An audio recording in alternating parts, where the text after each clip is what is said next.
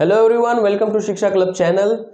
Today in this video we'll learn about the basic understanding of industries. Industries क्या होता है? What are the types of industries? What is meant by raw material?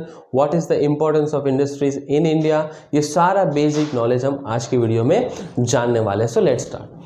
We use many things on our day-to-day life. Some are natural things while others are man-made. Now what is natural? The things that come directly from the nature. वो natural things होती है जैसे wind, air, water, this all are natural things. Vegetable, fruits, ये सारी क्या है? Natural things है. What is man made? The things which are produced by human beings, वो होती है man made things. Now what is mean by raw material? Now industry की बात कर रहे हैं तो रॉ मटेरियल क्या होता है वो हमें जानना जरूरी है. The things which are used to make this items is called raw material. Now example, अब ये मार्कर है. मार्कर को बनाने के लिए what is required? Body required है, कैप रिक्वायर्ड है, टिप रिक्वायर्ड है, इंक रिक्वायर्ड है. तो ये सारा इसके लिए क्या बनेगा? Raw material. रॉ मटेरियल मतलब ऐसा मटेरियल जो हमें चीजें बनाने के लिए यूज होता हो, वो होगा raw material. Now raw material can be anything. अब ऑटोमोबाइल इंडस्ट्री के लिए जो इंडस्ट्री कार्स बनाती है और वो कार को असेंबल करती है, जो पार्ट्स होंगे वो उनके लिए रॉ मटेरियल होंगे. पर जो इंडस्ट्री सिर्फ पार्ट्स बनाती है, स्टील, मेटल, फाइबर, ये सब क्या होंगे? वो उनके लिए रॉ मटेरियल होंगे. तो raw material could be anything.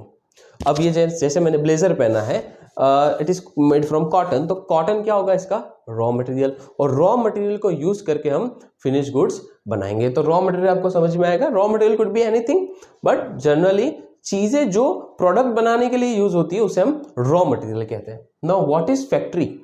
The unit which convert raw material into finished goods is called factory. Factory क्या होती है? ऐसी जगह जहां पे प्रोसेस करके रॉ मटेरियल को प्रोसेस करके फिनिश गुड्स बनाया जाता है, वो हमारी क्या होगी? फैक्ट्री हो जाएगी. अब फैक्ट्री का तो पता ही होगा आपको. Now what is industries? Industries क्या होता है? बेसिक नॉलेज अबाउट इंडस्ट्रीज, तो इंडस्ट्री जानना जरूरी है. The word industry indicate to activities involve the production of goods and services for sale refer to the industries. Now there are number of factories जो कि same product बनाती है, same type की product बनाती है, उसे हम इंडस्ट्रीज कहते हैं. एग्जाम्पल के लिए iron and steel industries. Now इस इंडस्ट्री में सारी जो फैक्ट्रियां होगी वो क्या बनाएगी? आयरन और स्टील की प्रोडक्ट बनाएगी. टूरिज्म इंडस्ट्रीज, ऐसी फैक्ट्रीज जो सर्विस प्रोवाइडर है एक्चुअली है, तो सारी जो सर्विस प्रोवाइडर होगी वो हमें टूरिज्म इंडस्ट्री में. ऑटोमोबाइल इंडस्ट्रीज, ऐसी फैक्ट्रीज, ऐसी कंपनीज जो कि सिर्फ कार्स बनाती है, ऑटोमोबाइल्स बनाती है, वो होगी ऑटोमोबाइल्स इंडस्ट्री. नाउ बताइए ऑटोमोबाइल इंडस्ट्रीज में कौन सी कंपनी आती है?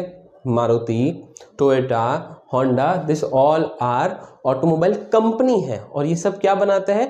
कार्स बनाते हैं. तो ये सब किस में आएंगे? ऑटोमोबाइल इंडस्ट्रीज में आएंगे. Okay, understand. Now the raw material को फिनिश गुड्स में किस तरीके से कन्वर्ट करा जाता है, उस प्रोसेस को अब हम देखने वाले हैं.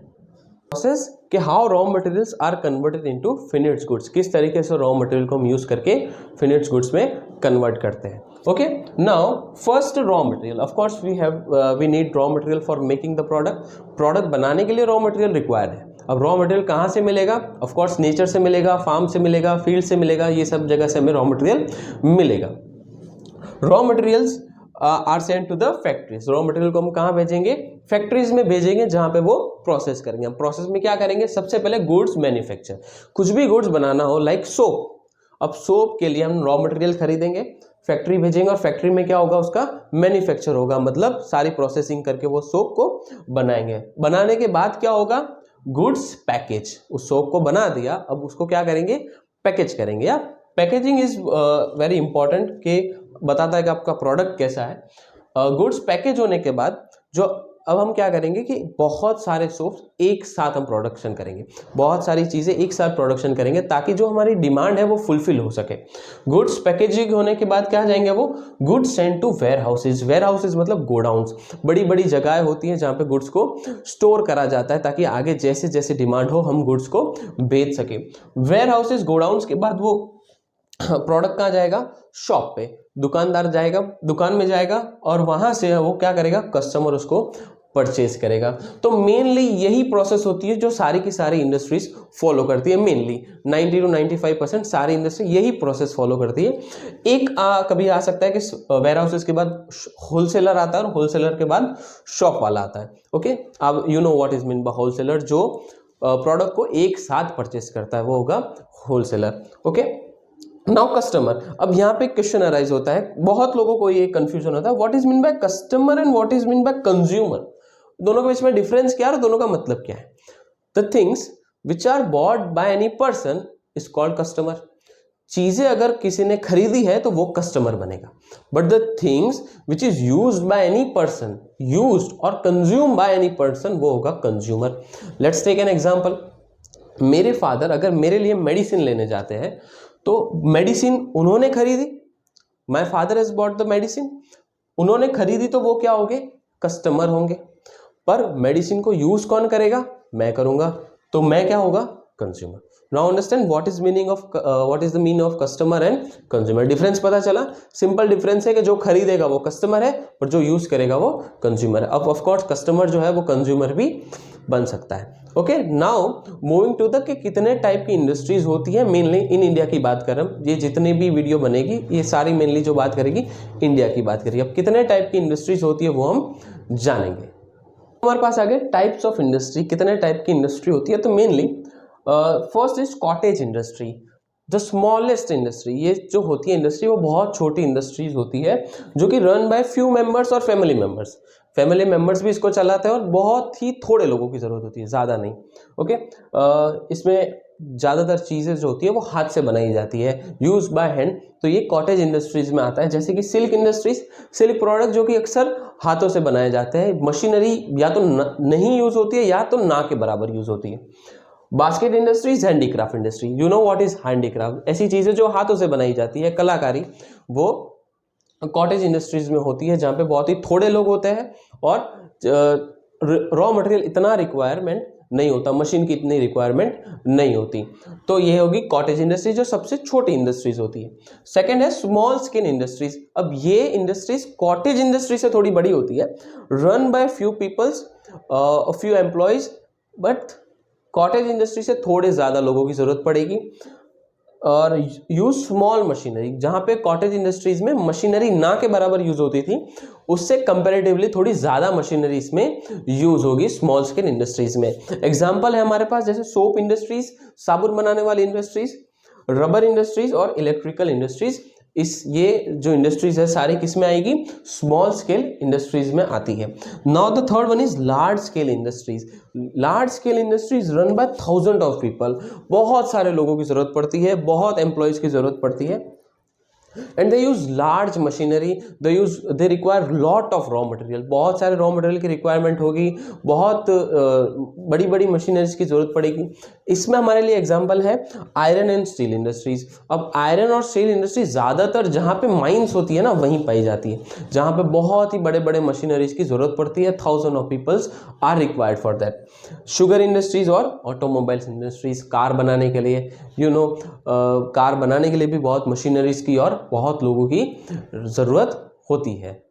Now we will understand what are the importance of industries in India.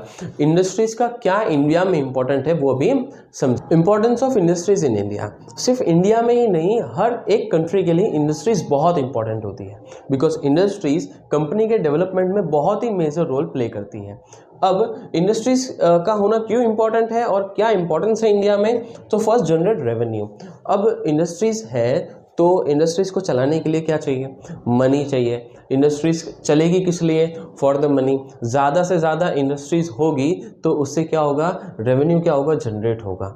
Okay, make nation economic strong. अगर रेवेन्यू जनरेट होगा तो उससे क्या होगा, पैसा आएगा, तो पैसा आएगा तो हमारे देश की इकोनॉमी क्या होगी, धीरे धीरे वो ग्रो करेगी। प्रोवाइड एम्प्लॉयमेंट अपॉर्चुनिटी, ज़्यादा से ज़्यादा इंडस्ट्रीज बहुत सारे एम्प्लॉयमेंट अपॉर्चुनिटी प्रोवाइड करती है। क्यों, इंडस्ट्रीज ज़्यादा होगी, इंडस्ट्रीज को चलाने के लिए कौन चाहिए, एम्प्लॉय चाहिए, पर्सन चाहिए। अगर ज़्यादा से ज़्यादा इंडस्ट्रीज होगी तो ज़्यादा से ज़्यादा लोगों को एम्प्लॉयमेंट मिलेगा, लोगों को एम्प्लॉयमेंट मिलेगा तो लोगों के पास पैसा आएगा। अगर लोग के पास पैसा आएगा तो हमारी जो पर कैपिटा इनकम है वो भी क्या होगी, बढ़ेगी। पर कैपिटा इनकम बढ़ेगी तो हमारी इकोनॉमिक बढ़ेगी और हम पूरे वर्ल्ड में धीरे धीरे डेवलप नेशन की तरफ बढ़ेंगे। Progress in field of technology, अब इंडस्ट्रीज की मदद से टेक्नोलॉजी में भी हम बहुत आगे जाएंगे। रीजंस के इंडस्ट्रीज का काम है अलग अलग प्रोडक्ट को इनोवेट भी करना। अब इनोवेट करने के लिए टेक्नोलॉजी रिक्वायरमेंट होती है, टेक्नोलॉजी रिक्वायरमेंट होगी। आज तक कभी हमने सोचा नहीं था कि फ़ोन आएगा और हम कहीं से भी बात कर सकेंगे, कि किसी को भी वीडियो कॉल से बात कर सकें, बस बिकॉज ऑफ टेक्नोलॉजी ये हुआ। ओके, तो इसी की वजह से इंडस्ट्रीज़ की हेल्प से हम टेक्नोलॉजी में क्या करते जाएंगे, आगे बढ़ते जाएंगे। नए नए इनोवेशंस होंगे तो ऑफ कोर्स टेक्नोलॉजी में आगे बढ़ेंगे, दूसरी कंट्रीज से भी सीखेंगे, इंस्पायर भी होंगे, वहाँ से भी न्यू टेक्नोलॉजी लाएंगे। इंडस्ट्रीज़ बढ़ेगी तो हमारा एक्सपोर्ट, मतलब हम जो बाहर की कंट्री में चीज़ें बेचते हैं वो बढ़ेगा तो हमारे बाहर की कंट्री में जो रिलेशनशिप है उनसे वो बढ़ेंगे, उनकी कल्चर रिचुअल सारे हम लोग सीखेंगे, वो भी हमारे सीखेंगे। रिलेशनशिप अच्छा होगा, बाहर से जो मनी आएगा उससे हमारी इकोनॉमी भी स्ट्रॉन्ग होगी। तो इंडस्ट्रीज़ हर एक कंट्री के लिए बहुत इंपॉर्टेंट है। अगर इंडस्ट्री सही है तो वो कंट्री डेवलप होगी ही होगी। Now some important industries in India, India में कुछ इंपॉर्टेंट इंडस्ट्रीज है, जैसे कि इंपॉर्टेंट इंडस्ट्री इसलिए है क्योंकि इंडिया में इसके लिए रिसोर्सेज अवेलेबल है, रॉ मटेरियल अवेलेबल है। जैसे कि कॉटन टेक्सटाइल इंडस्ट्रीज, इंडिया में बहुत सारा कॉटन प्रोडक्शन होता है, बहुत सारा कॉटन उगता है, इसकी मदद से हम बहुत सारी चीज़ें बना सकते हैं। अब कॉटन इंडस्ट्रीज के लिए वी ऑलरेडी बात करी हमने कि ज़्यादा चीज़ों की रिक्वायरमेंट नहीं होती है। तो ये सारी इंडस्ट्रीज कहाँ ज़्यादातर पाई जाती है, तो मुंबई, अहमदाबाद, कोयम्बटूर, मदुरई, ये सारी जगहों पे कॉटन इंडस्ट्रीज ज़्यादा से ज़्यादा आपको मिलेगी। और सूरत को तो हम हब भी बोलते हैं, कॉटन हब भी बोलते हैं, cloth hub. Iron and steel industries, अब आयरन और स्टील इंडस्ट्रीज, आयरन और स्टील भी इंडिया में बहुत से ज़्यादा अवेलेबल है। इसकी इंडस्ट्रीज कहाँ है, जमशेदपुर, भिलाई, सलेम और वाइजैक। जमशेदपुर से तो आपको पता होगा, जमशेदजी टाटा ने वहीं अपनी पहली इंडस्ट्रीज कंपनी खोली थी और वो ही इंडिया की पहली कंपनी थी जो कि उन्होंने स्टार्ट करी। ऑटोमोबाइल इंडस्ट्रीज, जो कि कहाँ, ऑटोमोबाइल जो कि कार्स बनाती है, मुंबई, पुणे, गुरुग्राम और कोलकाता में आपको मिल जाएगी। अब एक और चीज़ इंपॉर्टेंट है, ISI मार्क क्या होता है। ISI mark means Indian standard industry mark. अब ये लोग क्या करते हैं, हर एक प्रोडक्ट को चेक करते हैं, हर एक प्रोडक्ट का टेस्ट करते हैं कि क्या ये प्रोडक्ट लोगों के लिए हार्मफुल तो नहीं है, क्या ये प्रोडक्ट पॉल्यूशन के लिए या किसी के लिए भी नुकसानदायक तो नहीं है, क्या ये प्रोडक्ट सही है लोगों के लिए, सबके लिए। तो ISI वाले वो लोग चेक करते हैं, अगर किसी प्रोडक्ट के पीछे ISI मार्क होता है मीन्स आप बेफिक्र होकर उस प्रोडक्ट को परचेज कर सकते हैं। तो ये थी हमारी बेसिक अंडरस्टैंडिंग ऑफ इंडस्ट्रीज। आगे की वीडियो में yes will understand more of it, but अगर आपको कोई भी डाउट है तो yes you can comment. So like, share and subscribe. Thank you so much.